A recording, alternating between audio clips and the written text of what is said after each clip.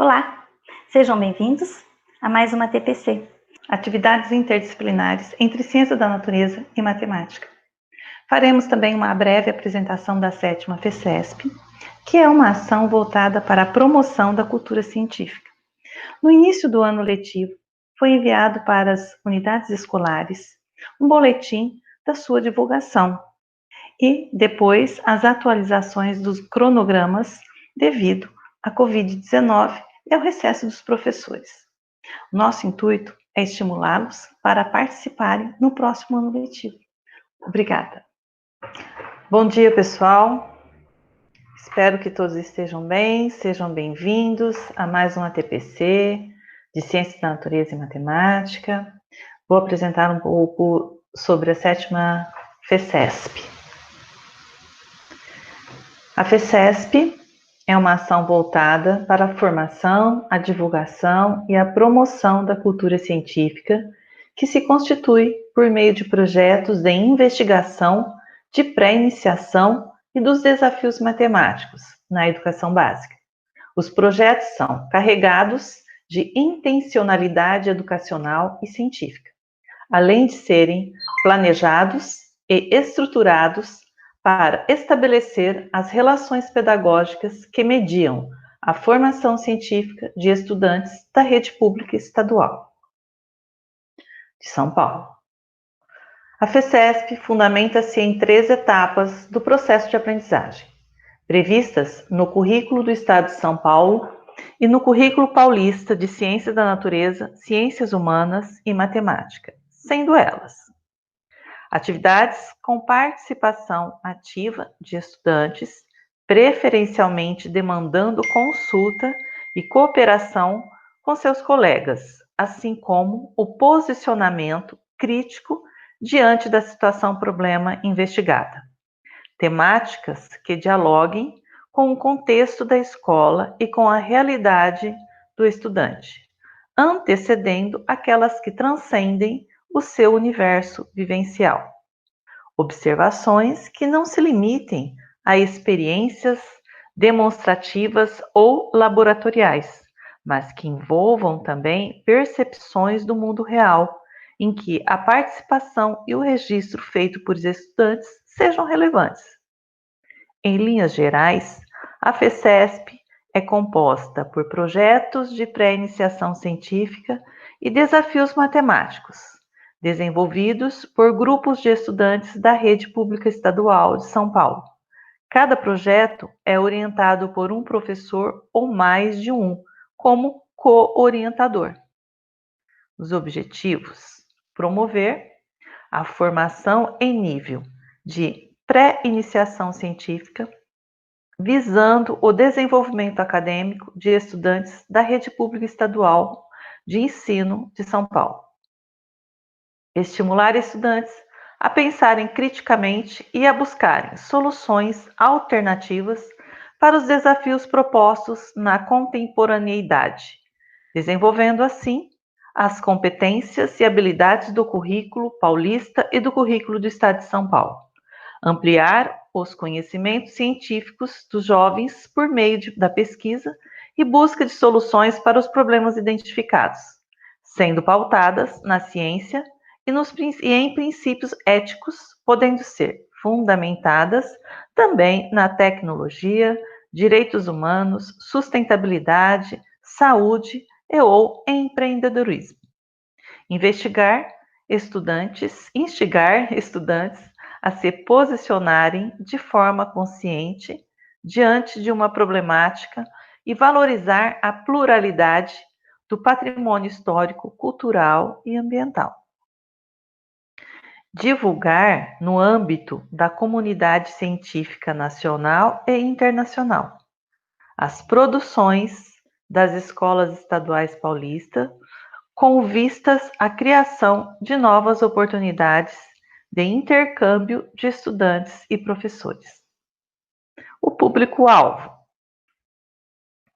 O público-alvo nesta edição serão aceitos trabalhos em 3 categorias e 2 subcategorias que contarão com a presença de professores e estudantes dos anos finais e do ensino médio da rede pública estadual. As categorias são Ciências da Natureza, Ciências Humanas e Desafios Matemáticos. As subcategorias são Júnior, que são os estudantes do 6º ao 8º ano do ensino fundamental, e o Master, estudantes do 9º ano do ensino fundamental, 1ª e 2ª série do ensino médio. 3ª série do ensino médio não pode participar. Os documentos abertos da 7ª FECESP ficarão disponíveis por meio do link. As equipes. Em casos de equipes mistas, em que hajam estudantes pertencentes a 2 segmentos, o Júnior e Master, o projeto deverá ser inscrito no de maior escolaridade, ou seja, na subcategoria Master. Todos os projetos submetidos deverão ter professor orientador, conforme o regulamento detalhado adiante. Os estudantes participantes deverão ter, no máximo, 18 anos completos em 2021, ou seja, não podem completar 19 anos ao longo do ano de 2021, a fim de seguir os padrões de feiras de ciências nacionais e internacionais. O regulamento normatiza a 7ª edição da Feira de Ciências das Escolas Estaduais de São Paulo, a FECESP 2020, que é parte integrante do movimento Inova 2. Podem enviar projetos para participar da 7ª FECESP estudantes matriculados e frequentes do 6º ao 9º ano dos anos finais do ensino fundamental, de qualquer modalidade de ensino, em todas as categorias. Estudantes matriculados e frequentes da 1ª e 2ª séries do ensino médio, de qualquer modalidade de ensino, em todas as categorias que atendam ao item 2. Professores e orientadores das respectivas equipes, mesma unidade escolar, formadas por estudantes descritos nos itens 1.1 e 1.2. As equipes podem ser formadas por estudantes de anos e séries diferentes, desde que sejam respeitadas as normativas estabelecidas nos itens 1.1 e 1.2. A fase 1, que é a seletiva regional. Para as categorias Ciências da Natureza, Ciências Humanas e Desafios Matemáticos, cada equipe da unidade escolar interessada em participar inscreve seu projeto básico, conforme modelo do anexo 2, banner, conforme modelo do anexo 3, resumo, conforme anexo 4 e ficha de identificação, conforme modelo do anexo 1, na respectiva DE, conforme cronograma do item 25, que são as orientações quanto às inscrições que serão estabelecidas por cada DE. As DEs devem preencher um formulário eletrônico, que é o levantamento de inscritos da DE na fase 1, seletiva regional, por meio do link que será encaminhado posteriormente via boletim COPED. Após a devolutiva das OEs, as DEs devem fazer uma seleção interna, utilizando a classificação dos projetos, de acordo com os critérios estabelecidos pela pela comissão criada pela DE. Em seguida, o profissional responsável pela FECESP na DE deverá inscrever os projetos na fase 2, que é a seletiva estadual, respeitando o número de vagas previstas. Fase 2, que é a fase estadual. As inscrições dos projetos que representarão a DE na fase 2, que é a fase seletiva estadual, devem ser realizados pelo responsável pela FECESP na DE, por meio do link que será encaminhado posteriormente via boletim COPED. A SEDUC divulgará a lista de projetos classificados para a fase 2, seletiva estadual, por meio de comunicados via boletim COPED, intranet e portal da Secretaria da Educação. A fase 3 são os finalistas. A equipe gestora da FECESP validará a inscrição, podendo enviar devolutivas para o responsável pela FECESP na DE, o qual deverá comunicar às unidades escolares. A partir dos projetos, banners e resumos enviados pelas DEs, será realizada pela equipe gestora da FECESP a seleção de 93 finalistas, que incluem as categorias de Ciências da Natureza, que são 31 projetos, Ciências Humanas, 31 projetos, e Desafios Matemáticos, 31 projetos. A divulgação. A divulgação dos finalistas será feita por meio de comunicados via boletim COPED, intranet e portal da educação. Os estudantes e professores finalistas devem apresentar, sempre que solicitado pela equipe gestora da FECESP, toda a documentação da realização do seu projeto, incluindo o diário de bordo. Os 93 finalistas serão avaliados por especialistas convidados, que irão compor a banca de avaliação da 7ª FECESP. Conforme cronograma no item 25, a banca será realizada durante o evento do Movimento Inova 2. O cronograma, que foi atualizado, então a data de lançamento foi no dia 18 de fevereiro, a fase 1, que era de 19 de fevereiro a 1 de setembro. Período para o desenvolvimento dos projetos de pesquisa e banners nas UEs e inscrições nas respectivas DE. Caberá a cada DE estabelecer as orientações quanto ao procedimento das inscrições da fase 1.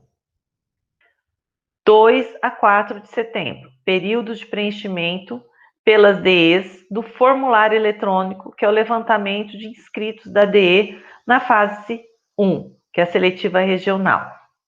Esse formulário chegará essa semana, no boletim dessa semana.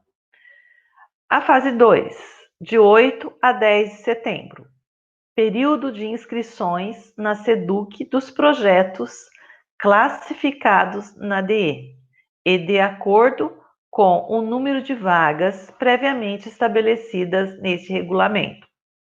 De 14 a 16 de setembro, período de inscrições de projetos em vagas remanescentes, se houver.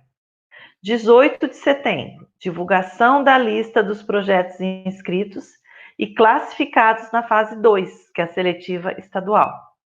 De 11 de setembro a 8 de outubro, período destinado à análise pela equipe gestora da FECESP de todos os projetos classificados na fase 2 e seleção dos finalistas. Dia 9 de outubro, divulgação dos projetos finalistas, que é a fase 3. De 22 e 23 de outubro, acontece o Movimento Inova 2. E ainda 22 e 23 de outubro, avaliação dos projetos finalistas da 7ª FECESP durante o Movimento Inova 2. Ainda 22 e 23, cerimônia de premiação da 7ª edição da FECESP, Movimento Inova 2. Os projetos inscritos na FECESP são de propriedade autoral dos estudantes, que podem ceder o uso do mesmo como referência para continuidade por outro estudante, em caso de impossibilidade de continuá-lo. O ato de inscrição do projeto da 7ª edição da FECESP implica em aceitação do presente regulamento. Bom dia a todos. Hoje, na nossa TPC, nós vamos falar sobre interdisciplinaridade. Os objetivos da TPC de hoje são compreender a importância do processo interdisciplinar na educação, os desafios na escola e principalmente nesse momento de educação à distância. Discutir as possibilidades e propostas de atividades interdisciplinares e associar as dimensões da gestão da aprendizagem aos trabalhos interdisciplinares. Contextualizando, a interdisciplinaridade começou a ser abordada no Brasil a partir da Lei de Diretrizes e Bases, número 5.692, de 71, e desde então a sua presença tem se tornado mais presente com a nova LDB, número 9.394, de 96, e com os parâmetros curriculares. As relações interdisciplinares, elas se estabelecem em duas situações. Quando conceitos, teorias ou práticas de uma disciplina são chamados à discussão e auxiliam a compreensão de um recorte de conteúdos qualquer de outra disciplina. E ao tratar do objeto de estudo de uma disciplina, buscam-se, nos quadros conceituais de outras disciplinas, alguns referenciais teóricos que possibilitem uma abordagem mais abrangente. Bom, a interdisciplinaridade, ela questiona a segmentação entre os diferentes campos de conhecimento, ela leva em conta uma inter-relação e a influência entre os campos desse conhecimento, ela também questiona a visão compartimentada da realidade. O seu prefixo inter nos leva a identificar o objeto de troca, o objeto de reciprocidade. É uma perspectiva de articulação interativa entre diversas disciplinas, no sentido de enriquecer através de relações dialógicas. Ela busca o envolvimento, busca o compromisso e a reciprocidade diante dos conhecimentos. A interdisciplinaridade também ocorre num movimento constante, que inclui a integração entre as disciplinas, mas a ultrapassa. Ou seja, o grupo é mais do que a simples soma dos seus membros individuais. Ela supõe uma troca de experiências e reciprocidade entre as disciplinas e as áreas do conhecimento. Ela não pretende acabar com as disciplinas, mas utilizar os conhecimentos de várias delas na compreensão de um único problema, na busca de soluções para esse problema, ou para entender um fenômeno sobre vários pontos de vista diferentes. Ela é um instrumento que aponta para estabelecer na prática escolar interconexões e passagens entre os conhecimentos, através de relações de complementaridade, de convergência ou de divergência. Ela abre as portas para uma contextualização, ou seja, se eu pensar num problema sobre vários pontos de vista, a escola libera os professores e alunos para que selecionem conteúdos que tenham relação às questões ligadas às suas vidas ou à vida nas suas comunidades. Ela também possibilita a aprendizagem significativa, onde o aluno ele deve se identificar com o que lhe é proposto, e com isso ele pode intervir na realidade em que vive. Ela amplia a abordagem dos conteúdos em direção a uma totalidade, numa prática pedagógica que leva em conta a dimensão científica, filosófica e artística do conhecimento.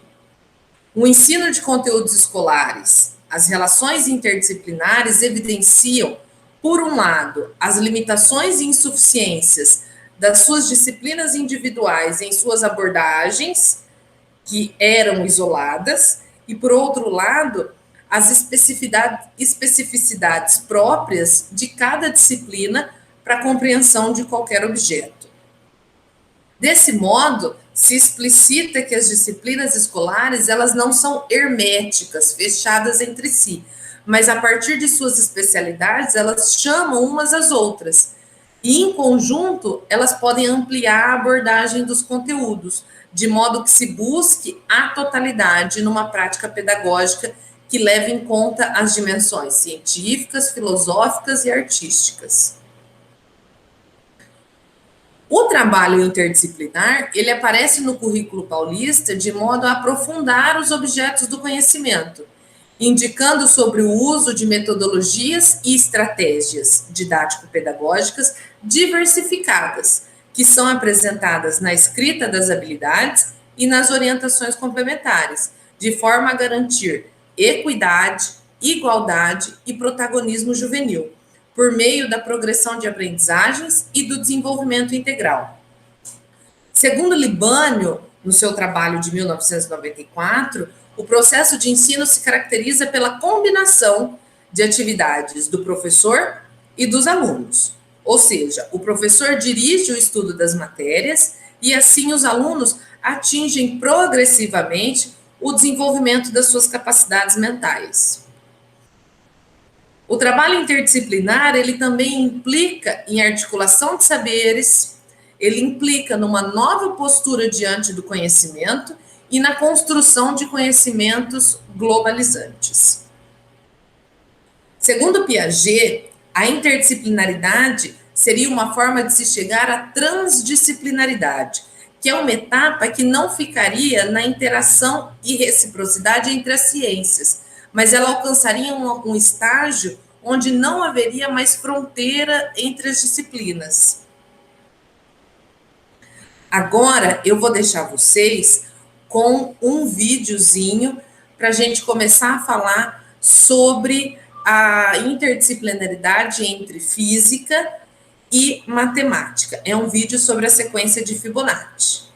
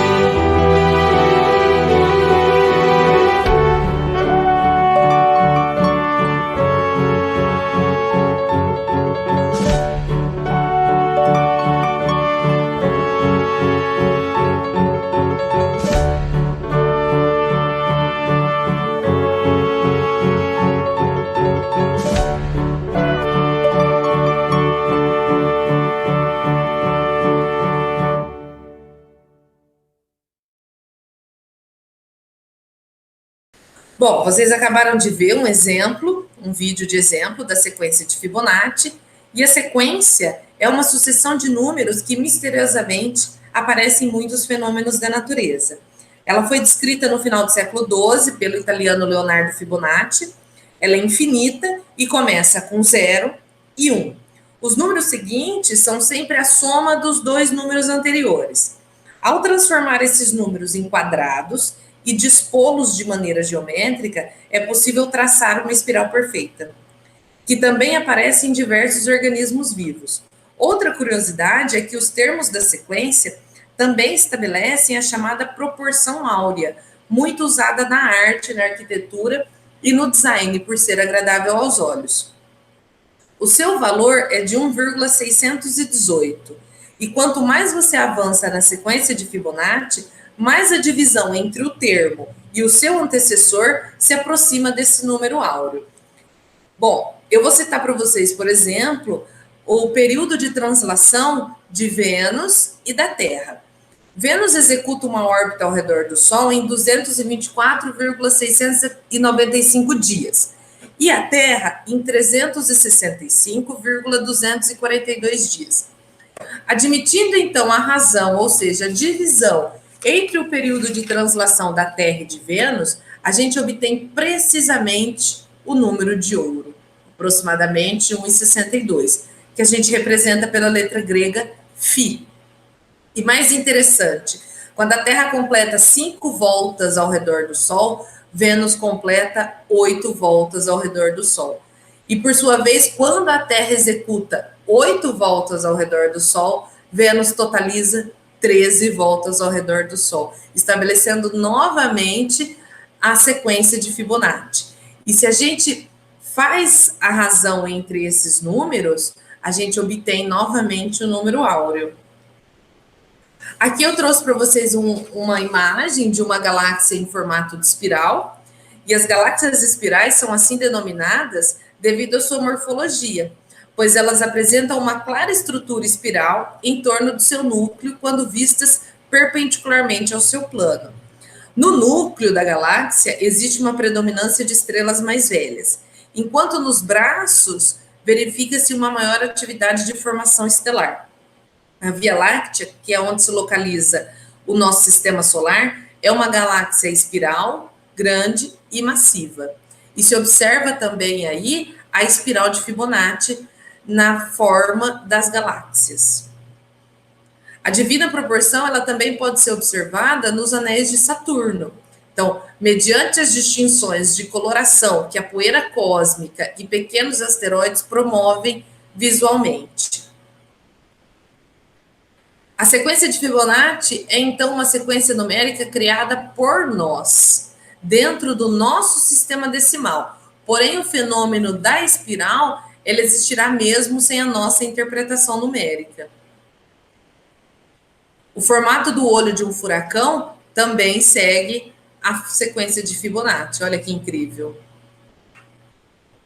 Na música, os números de Fibonacci, eles também são utilizados para afinação das notas musicais. Por exemplo, a Nona Sinfonia de Beethoven exibe uma estrutura rítmica embasada na proporção áurea. O número de ouro, ele ainda está presente nas mais diversas formas do belo. Então, em grandes obras literárias, como os Lusíadas de Camões e na Ilíada de Homero. Em esquemas de transação nas bolsas de valores, na psicologia, em inúmeras passagens bíblicas e em clássicos do cinema.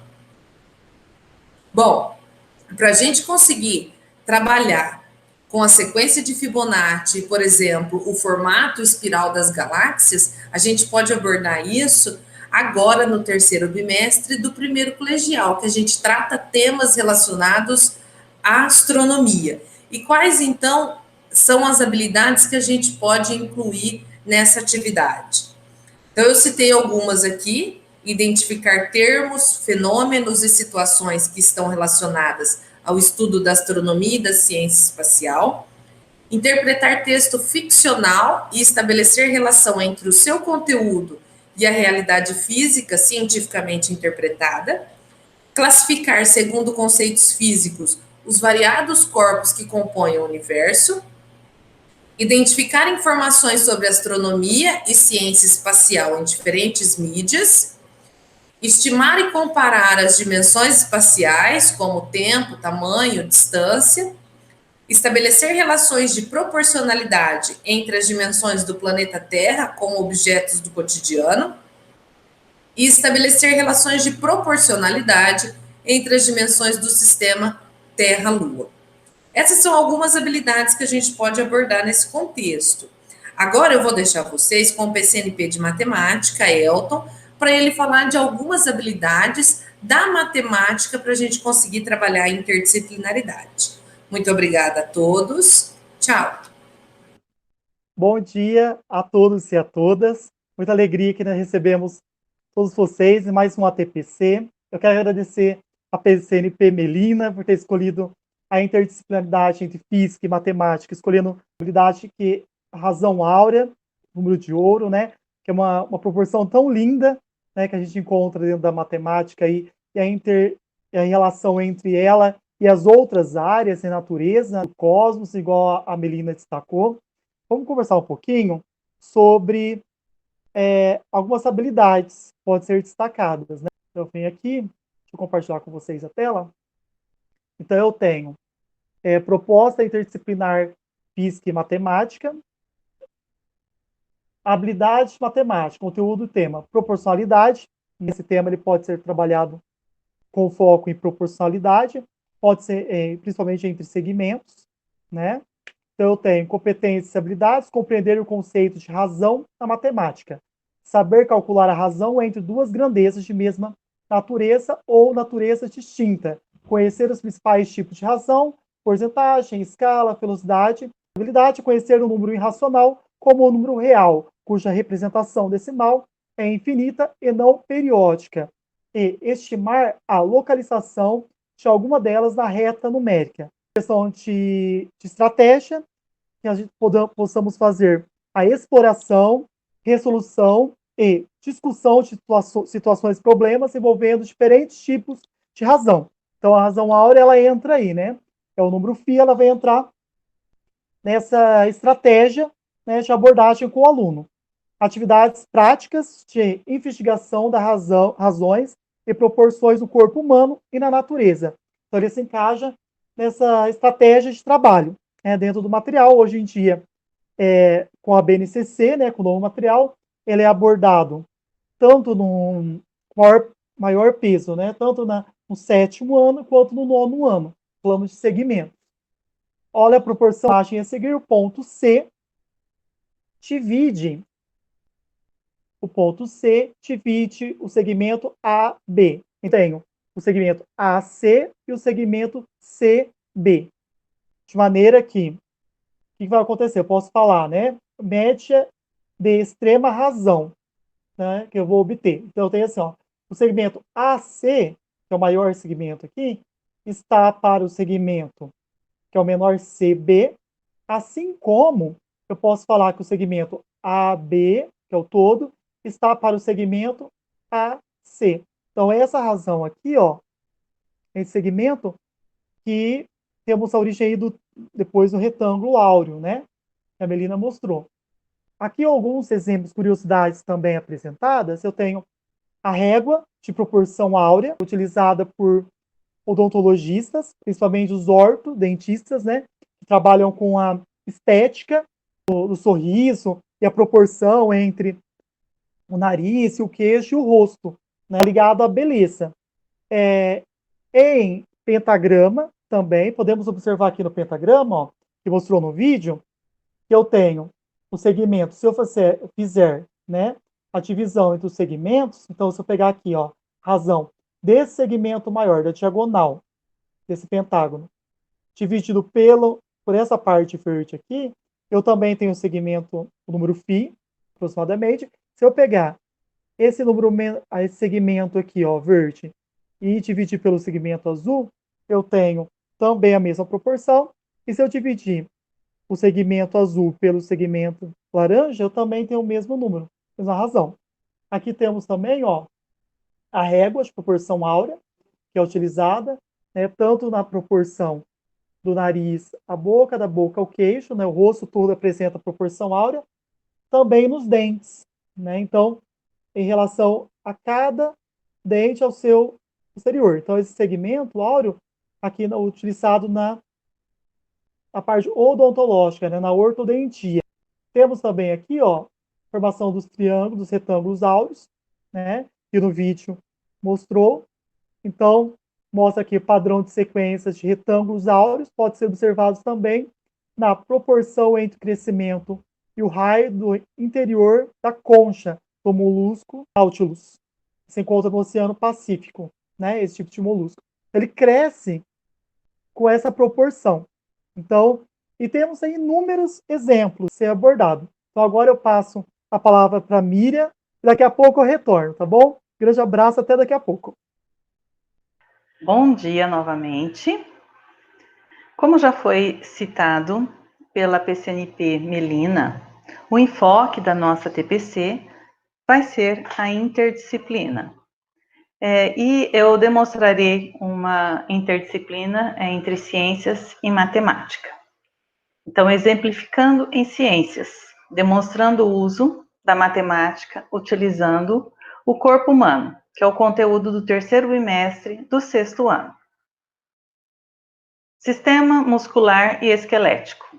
A unidade temática vida e evolução, habilidade. Concluir, com base na observação de situações do cotidiano ou reproduzidas em vídeos, que a estrutura, a sustentação e a movimentação dos seres vertebrados resultam da interação entre os sistemas ósseo, muscular e nervoso.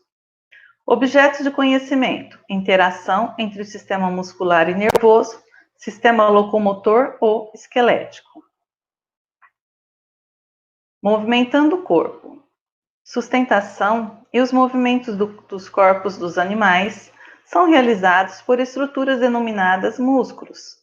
Essas estruturas, presentes em vertebrados e invertebrados, representam a parte ativa do aparelho locomotor. São responsáveis pelos movimentos e, ao mesmo tempo, pela estabilidade corporal, mesmo quando o indivíduo está em repouso. Além disso, os músculos contribuem para dar o formato externo do corpo de alguns animais. Usando como exemplo a sequência de Fibonacci. Utilizado em várias áreas do conhecimento, também podemos demonstrar nas ciências físicas e biológicas.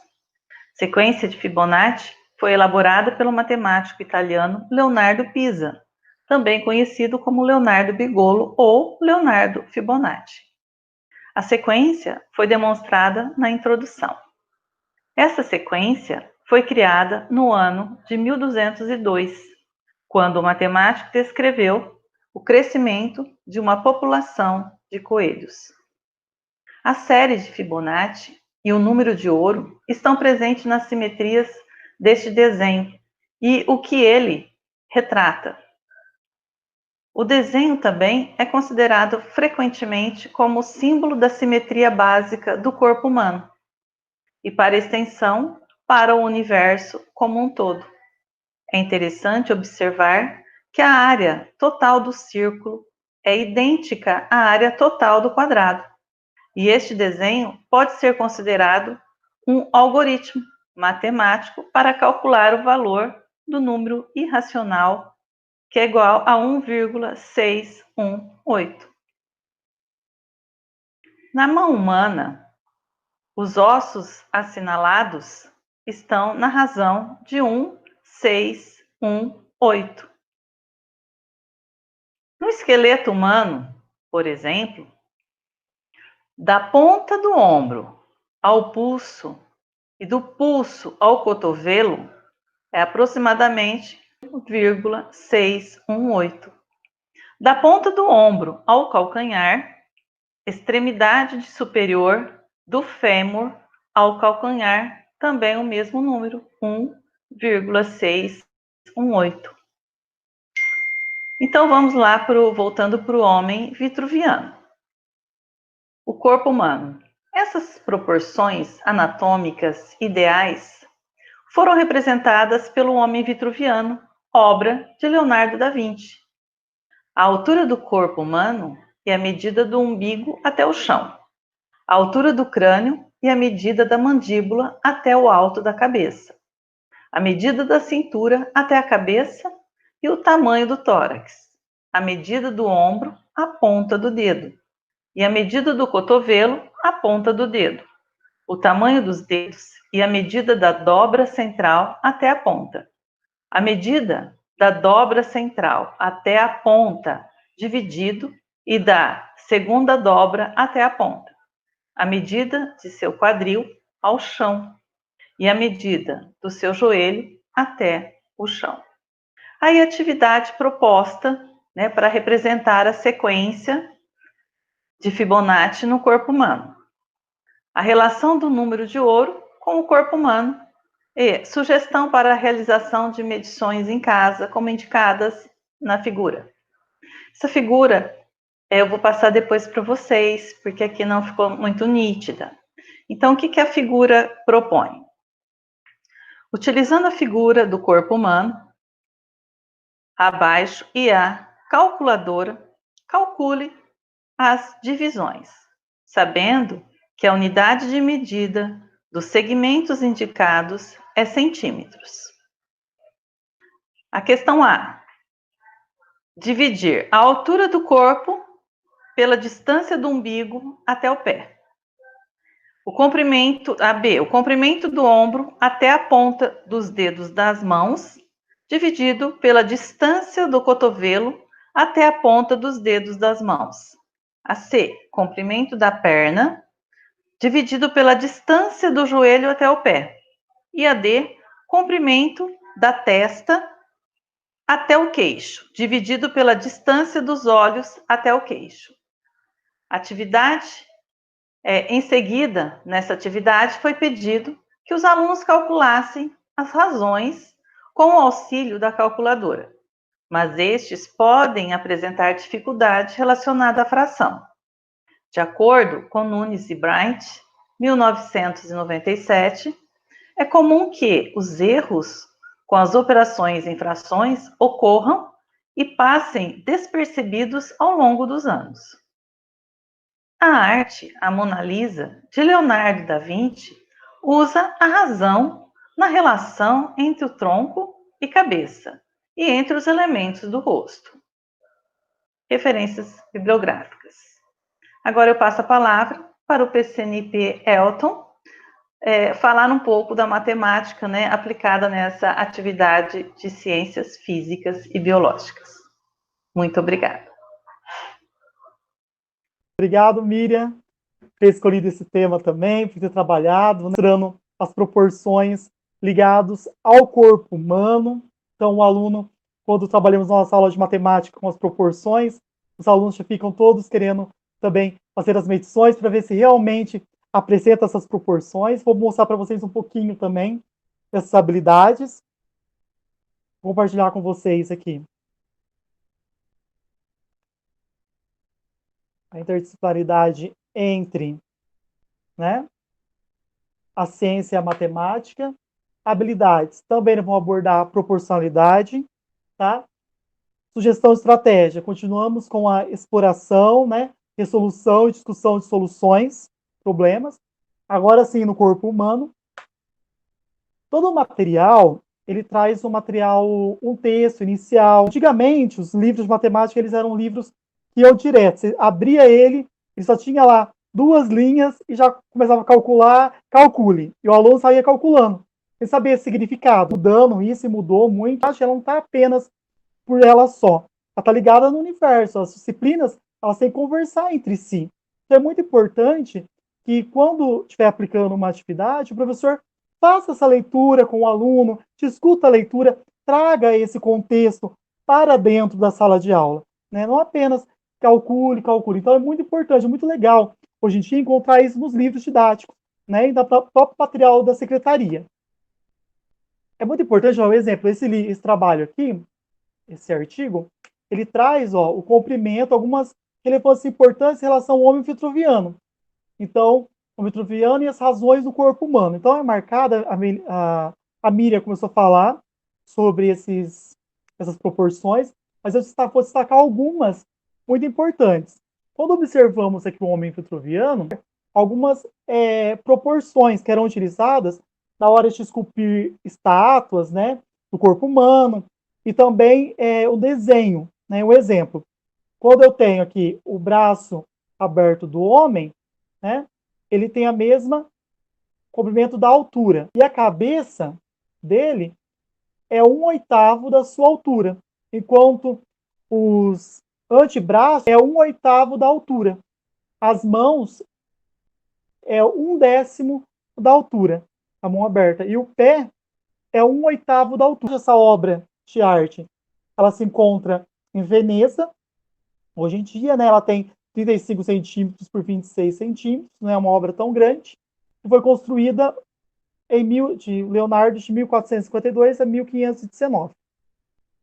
Ó, proporção áurea. Trabalhamos um pouquinho com a Melina, já conversamos sobre isso. Só que podemos aprimorar olhando no corpo humano, né? Então, aqui eu tenho a altura do umbigo, tido do umbigo até a parte superior da cabeça, também encontra o número φ, né? A proporção. Então, assim que mostra para os alunos já querem medir para verificar se realmente eles têm essa proporção, né, áurea no corpo deles. Ainda mais quando se liga na beleza, adolescentes.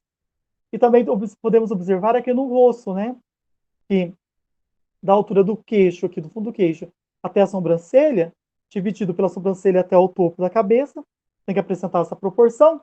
E também aqui, né, no nariz do queixo até a linha da boca, abertura da boca, e da boca até o nariz. Então, quando dividimos do queixo até a linha da boca, pela parte menor da boca do nariz, também apresenta essa proporção.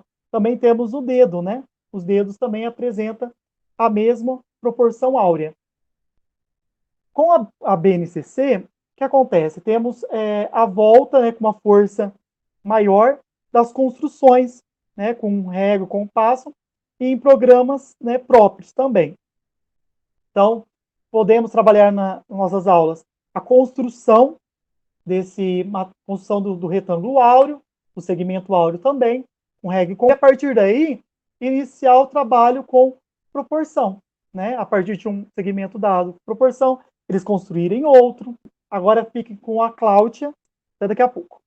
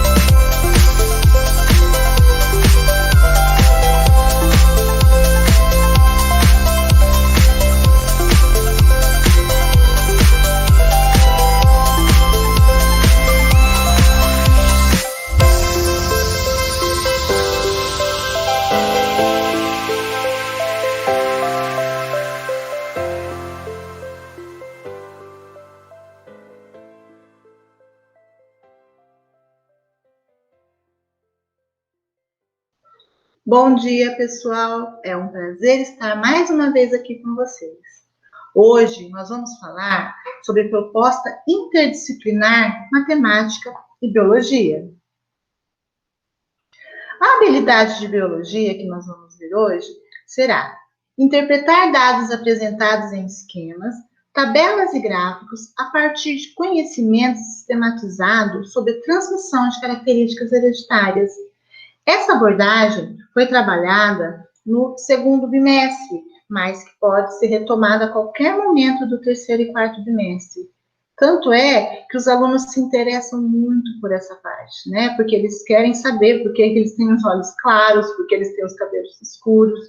Então, depois que eles aprendem genética, eles ficam perguntando o tempo todo sobre isso. Então, é hora de dar uma retomada, bom? A justificativa de eu ter escolhido a genética para socializar com a matemática. A genética é talvez o ramo da biologia que mais utiliza os conceitos matemáticos envolvidos na teoria das probabilidades. Adotarmos essa abordagem interdisciplinar é dar condições para que os alunos construam seu conhecimento de forma integrada, facilitando a efetiva aprendizagem. O objetivo: garantir que os estudantes compreendam os conceitos biológicos e sejam capazes de interpretar e resolver problemas através das ferramentas probabilísticas. Ações didáticas. Inicia-se com professores de biologia discutindo e revisando conceitos básicos de genética. Em paralelo, o professor de matemática inicia com conceitos de probabilidade. Em biologia, nós vamos fazer uma retomada desses conceitos básicos, bom? Conteúdos estruturantes específicos e básicos. Como que trabalhar junto? Biologia e matemática. Biologia vai começar lá com biodiversidade, né? Chegando na transmissão de característica hereditária, até chegar nas probabilidades genéticas. Enquanto matemática faz o tratamento das informações, o estudo das probabilidades, chegando junto com biologias em probabilidade genética. Quando o assunto é genética, torna-se fundamental o conhecimento de alguns conceitos básicos. Entender esses conceitos ajuda-nos a aprender melhor o conteúdo, além de facilitar a resolução de atividades a seguir. Listamos os principais conceitos de genética e seus respectivos significados. Eu vou ler com vocês os principais conceitos genéticos, tá? Eu coloquei também os significados que depois vocês podem estar observando quando a gente mandar para vocês esse PPT, tá bom? Bom, começando pelos alelos, né? O que são os alelos? O que são os alelos múltiplos? O que são os cariótipos? Condominância, cromossomos, cromossomos homólogos, cromossomos sexuais, cruzamento teste, dihíbrido, dominância completa, dominância incompleta, dominante, fenótipo, gene, genótipo, heredigramas, tá? Esses heredigramas também são representados por gráficos, né? E onde também gráficos a gente pode estar trabalhando com matemática. Heterozigoto, homozigoto, locus, recessivo. Em seguida, nós vamos trabalhar com dois exemplos de probabilidade genética. Eu vou ler os exemplos e logo em seguida o PCNP Elton, de matemática, irá explicar para vocês a resolução desses exercícios, tá bom? Bom, o primeiro exercício é: suponhamos que a cor dos olhos seja estabelecida por pares de genes, onde C seja dominante para olhos escuros e Czinho recessivo para olho claro. Um homem que possui os olhos escuros, mas com sua mãe de olhos claros, casou-se com uma mulher de olhos claros, cujo pai possui olhos escuros. Determina a probabilidade de nascer uma menina de olhos claros. Então, aqui, eles querem saber qual a probabilidade de ser uma menina E além de ser uma menina, qual a probabilidade dela nascer com os olhos claros? Então, logo em seguida, nós temos a resolução desse problema, né? Onde o PCNPO vai trabalhar com vocês logo a seguir. O próximo exercício, uma pesquisa sobre os grupos sanguíneos, ABO, na qual foram testadas 6.000 pessoas de uma mesma raça. Relevou que 2.527 tem o antígeno A, 2.234 o antígeno B, e 1.846 não tem nenhum antígeno. Nessas condições, qual a probabilidade de que uma dessas pessoas escolhidas aleatoriamente tenha os dois antígenos? Né? Aqui eu coloquei uma tabelinha, né, dos aglutinogênios e da aglutinina para dar uma refrescada na memória dos alunos na hora da revisão. E em seguida, o exercício pronto, que o Elton vai dar prosseguimento agora com vocês para estar resolvendo essas duas probabilidades. Muito obrigada pela atenção, foi um prazer estar com vocês aqui novamente. Até a próxima. Beijos. Muito obrigado, Cláudia. Vamos trabalhar agora um pouquinho com os exemplos que a Cláudia apresentou. Trabalha a matemática juntamente com a biologia, se encontrando ali na probabilidade e genética. Então, vamos aqui observar as habilidades, né, elas vêm com força, a probabilidade vem com força no ensino fundamental com o currículo paulista, que antigamente os eixos, né, tinha os eixos, agora tem o que? As unidades temáticas, e a probabilidade é uma delas, né, ela vem com força em todos os anos. No ensino médio a gente já trabalhava bastante probabilidade. Olha o exemplo que a Cláudia apresentou. O que podemos observar aqui? Primeiramente, a organização através de um quadro do sexo masculino, no caso do problema C maiúsculo e C minúsculo, né? E no caso do feminino, C minúsculo, que é recessivo de olhos cor clara, e o dominante era o C maiúsculo. Né? Então, faz o primeiro cruzamento aqui e define todas as possibilidades, o espaço amostral. Né? Então, eu tenho a probabilidade de nascer de olhos claros são 2, no espaço amostral, 4. Então, o evento é 2 sobre o espaço amostral, 4. Então, a probabilidade é de 50%.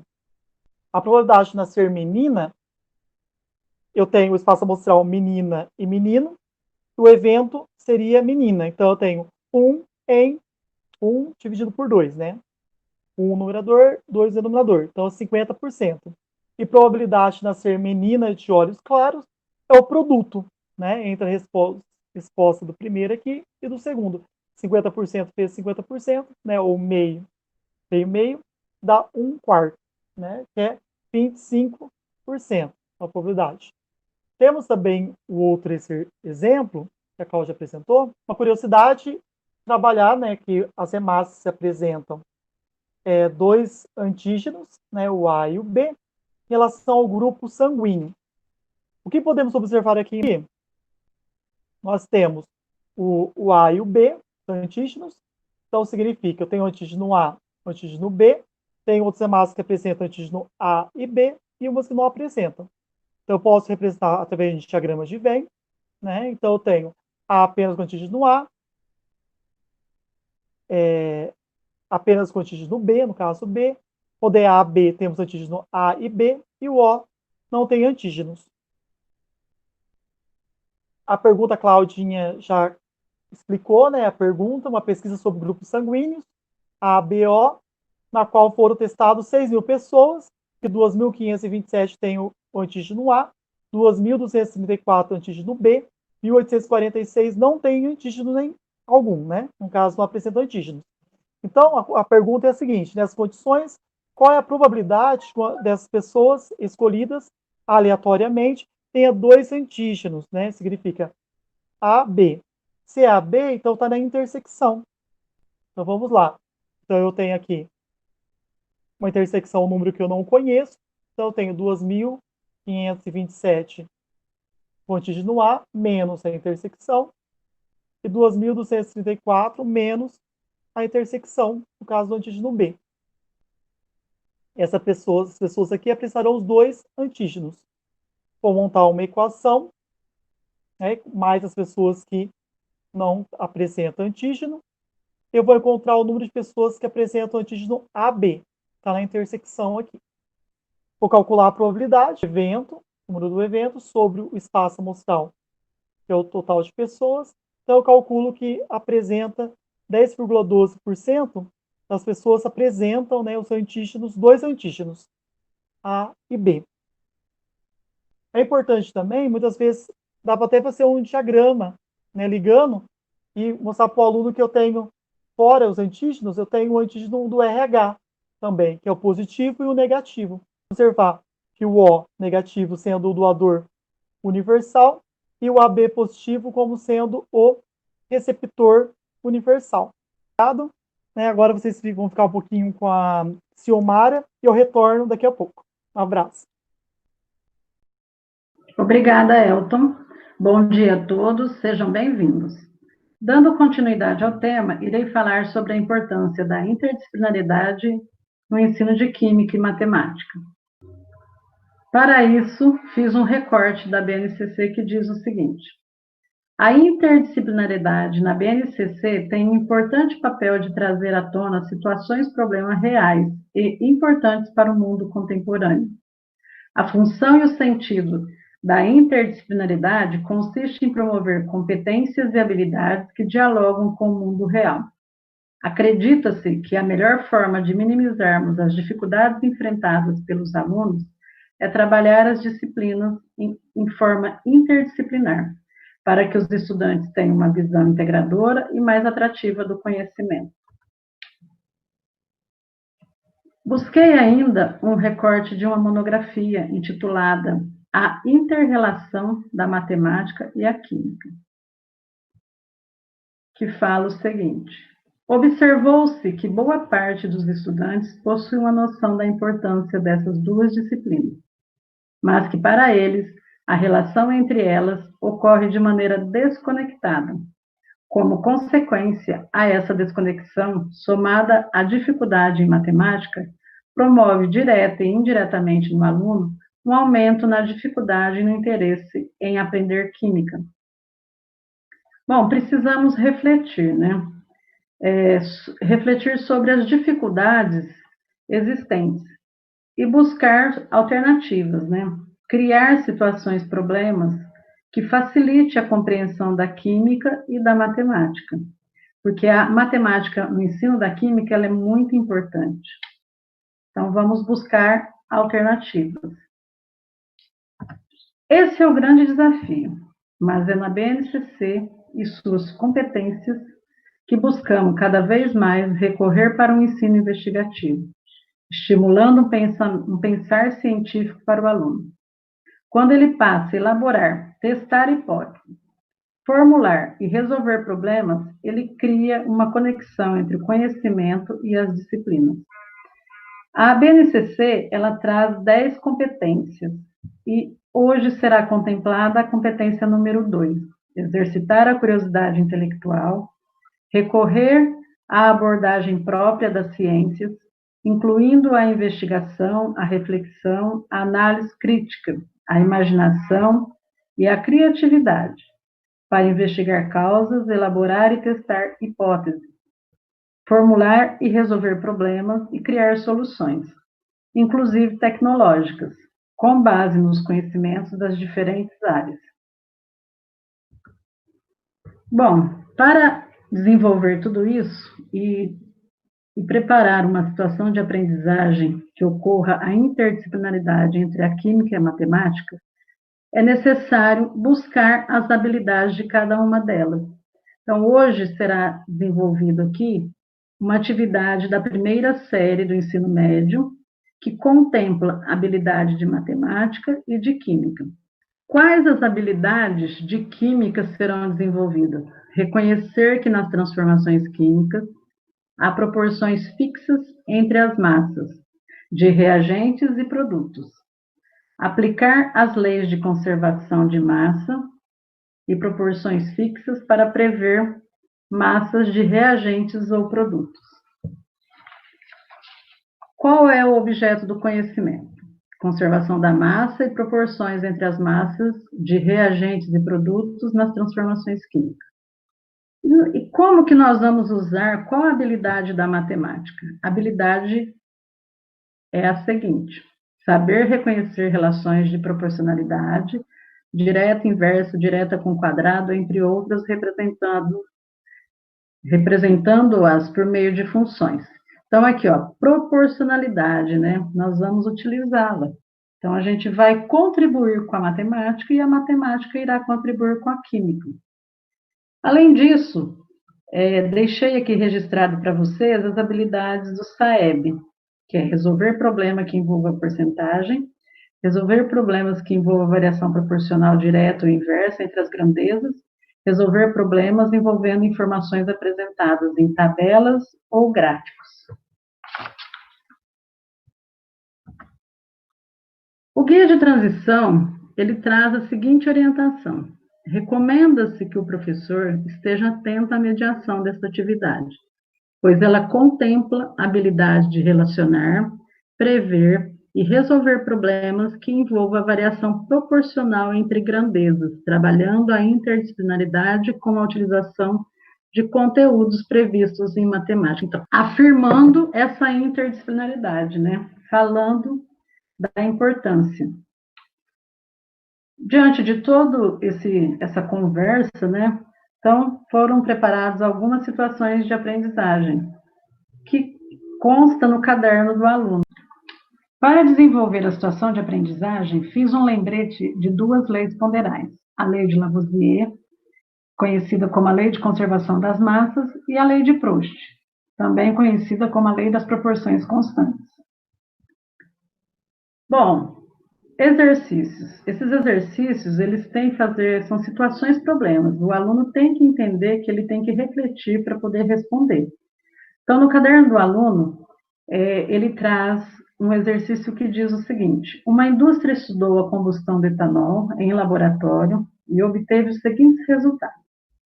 Aí nós temos uma tabela que ela tem que ser analisada, que temos que ler junto com o aluno, para que ele pare e reflita sobre ela, onde tem as seguintes informações: amostra 1, 2, 3 e 4. Temos a quantidade em massa de cada uma das substâncias no estado inicial e no estado final. Então, nós temos a reação química, né, a interação entre o etanol e o oxigênio, produzindo gás carbônico, água, e temos os excessos, né, excessos em determinada amostra de etanol e em determinada de oxigênio. Diante da análise da tabela, o aluno vai responder algumas questões. Quais questões seriam essas? Letra A: ocorreu conservação da massa na amostra 1? Então, eu vou pegar a amostra 1, somar os reagentes e os produtos. E observar, os resultados são iguais? Se são iguais, houve conservação da massa. Ó, aqui tem a resolução do exercício, que dá para comprovar que a massa foi conservada. No segundo experimento, eu tenho aqui 23 gramas de etanol. Lembrando que eu vou ter sempre a relação com a primeira amostra. Eu sei que tem um excesso de etanol, então 52 menos 6, eu tenho 46. Eu tenho que fazer a seguinte pergunta para o aluno: 23 corresponde a quantas partes de 46? Ou seja, 46 é o que de 23? Então, ele vai dizer que é o dobro, né? Tenho que analisar também para ver se existe uma relação aqui, ó, o oxigênio, se a proporção é a mesma. Eu tenho 96 gramas de oxigênio e 54 de oxigênio na segunda amostra. Só que eu sei que tem um excesso de oxigênio. Se eu tenho um excesso de 6 gramas, aqui eu tenho 48 gramas. 96, quantas vezes é maior que 48? Então, eu estou observando que a relação é a mesma. Eu tenho, na letra B, na amostra 2, uma redução pela metade. Então, eu tinha antes 46 gramas de etanol e na amostra 2 eu tenho 23. Então, a lei das proporções constantes, ela é contemplada aqui, tá? Então, aqui nós estamos reconhecendo. Então, a habilidade da química fala reconhecer que nas proporções fixas entre massas de reagentes e produtos, né? Então, essa habilidade, ela foi contemplada.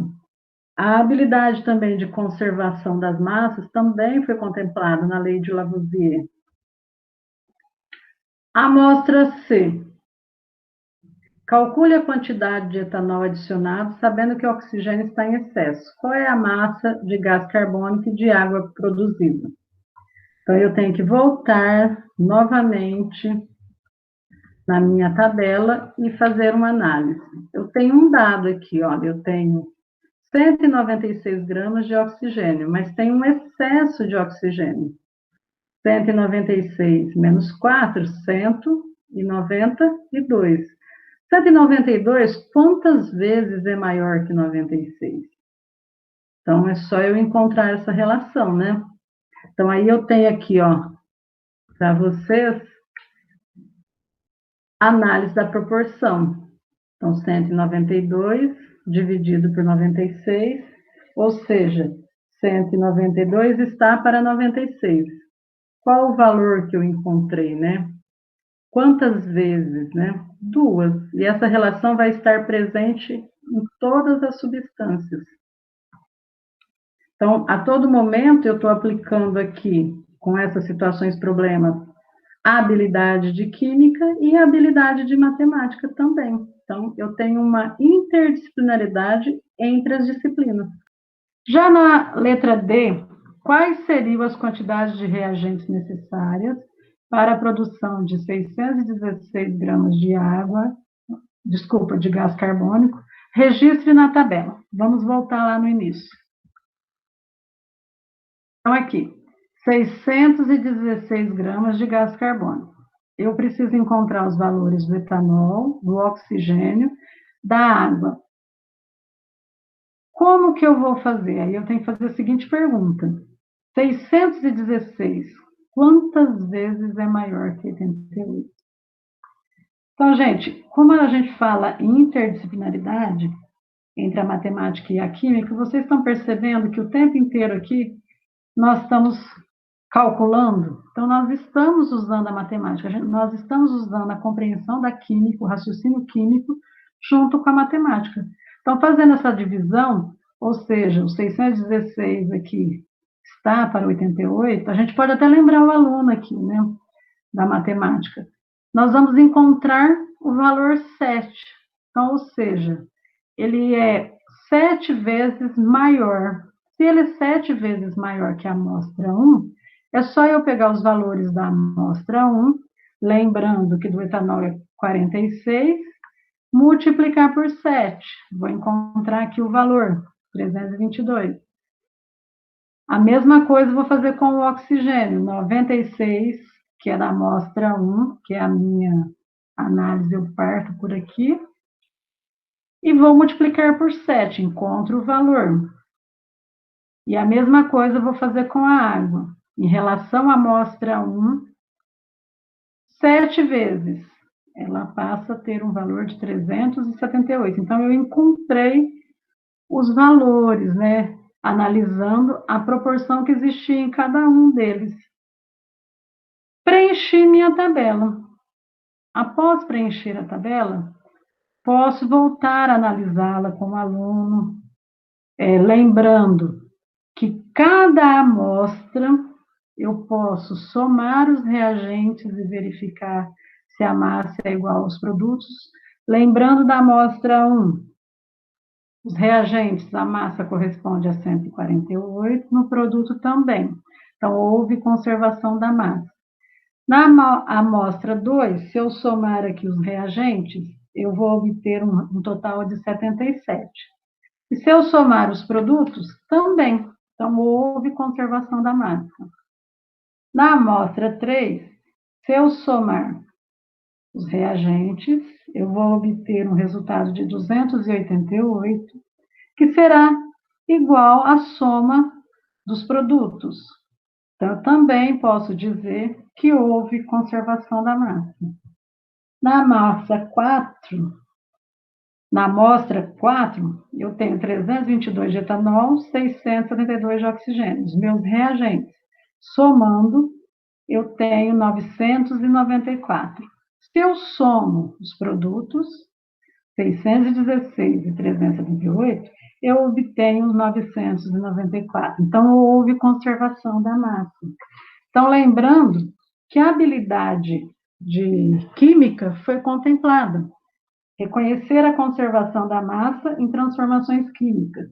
Aplicar as leis de conservação e proporções fixas para prever as massas de reagentes e produtos.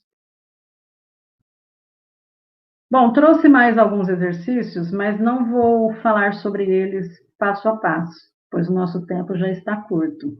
Então, eu tenho esse exercício aqui que também fala da lei de conservação das massas e da lei de proporções constantes.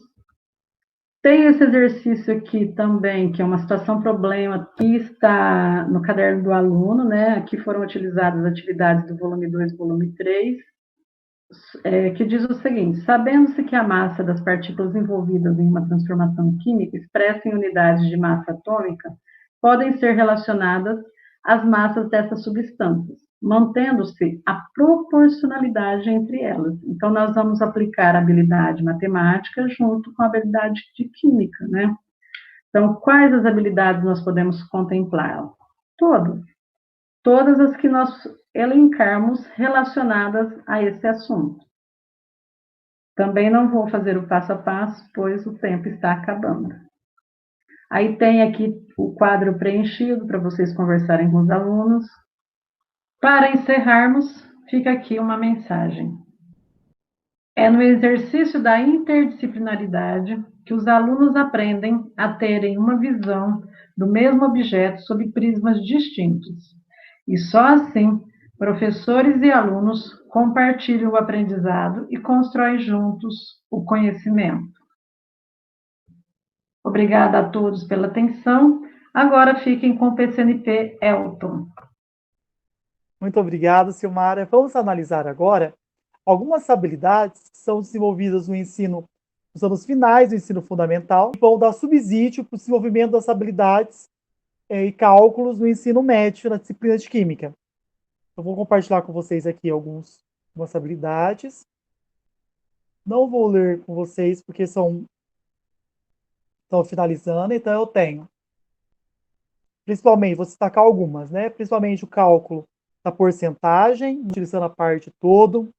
O cálculo, né? Identificação das grandezas, se uma grandeza é inversamente proporcional ou diretamente proporcional, ou não existe proporcionalidade entre as grandezas. Podemos destacar também o cálculo de razões. Vou trazer aqui para vocês como está trabalhado. Eu tenho lá a porcentagem, a escala, a velocidade média, a densidade demográfica, são razões. Aqui eu trouxe para vocês um pouquinho de escala, que também é analisado no ensino fundamental, o cálculo, escala. Então, nós temos também, quando eu apresento dessa forma, 1 para 2000, né? Então, o cálculo utilizando tudo em centímetros, então é realizado esse cálculo. Um exemplo aqui de modelismo, dado observar a proporção entre os objetos construídos, né, os reais com réplicas, miniaturas, né, a proporção entre elas, até objetos, né, observar pequenos detalhes que indicam a proporção observada entre elas, e todos os exemplos, a escala de plantas, para chegar a esse aluno a entender, né, a importância da proporção e chegar lá no ensino médio com essa habilidade desenvolvida. Agradecer a todos vocês por esse momento que passamos juntos. Lembrá-los de responder o formulário de presença, né, que é muito importante, né, que todos preencham. Vai estar com os PCNPs. Agradecer a Melina, a Cláudia, a Ciomara, Miriam, né, minhas amigas de trabalho, por esse ATPC, e a todos vocês, professores, que ficaram até agora esse momento, todos nós, tá bom? Um grande abraço, um ótimo final de semana. Nós nos vemos nos próximos ATPCs. Um abraço.